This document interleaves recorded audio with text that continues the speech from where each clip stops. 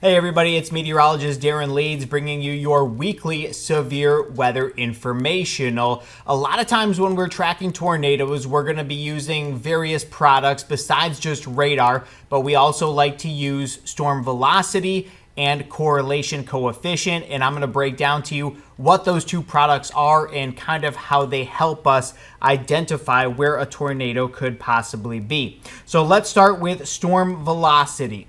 We've got reds, we've got greens, we've got a mixture of colors kind of in between. The big takeaway is green is moving everything towards a radar site. Red is everything moving away from a radar site.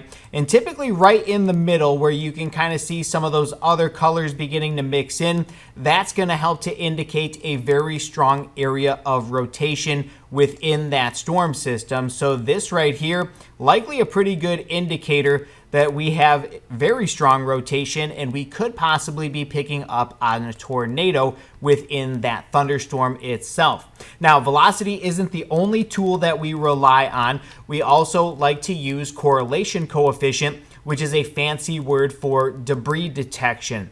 So you see a lot of red kind of across the board with this image, and that's typically because it's picking up on a lot of precipitation within those storms. Now, raindrops are typically the same size and shape, so those have a very low correlation, and that is what we would be picking up on with these shades of red, dark red, maroon, what have you.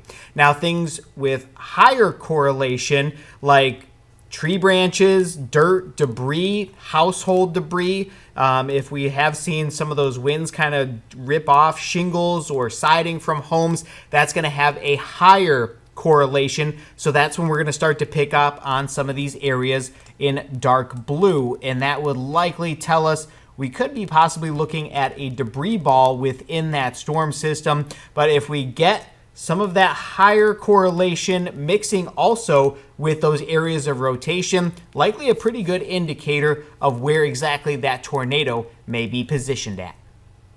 Thank you so much for watching, and make sure that you subscribe to our YouTube channel, and you can see more videos from News Channel 20.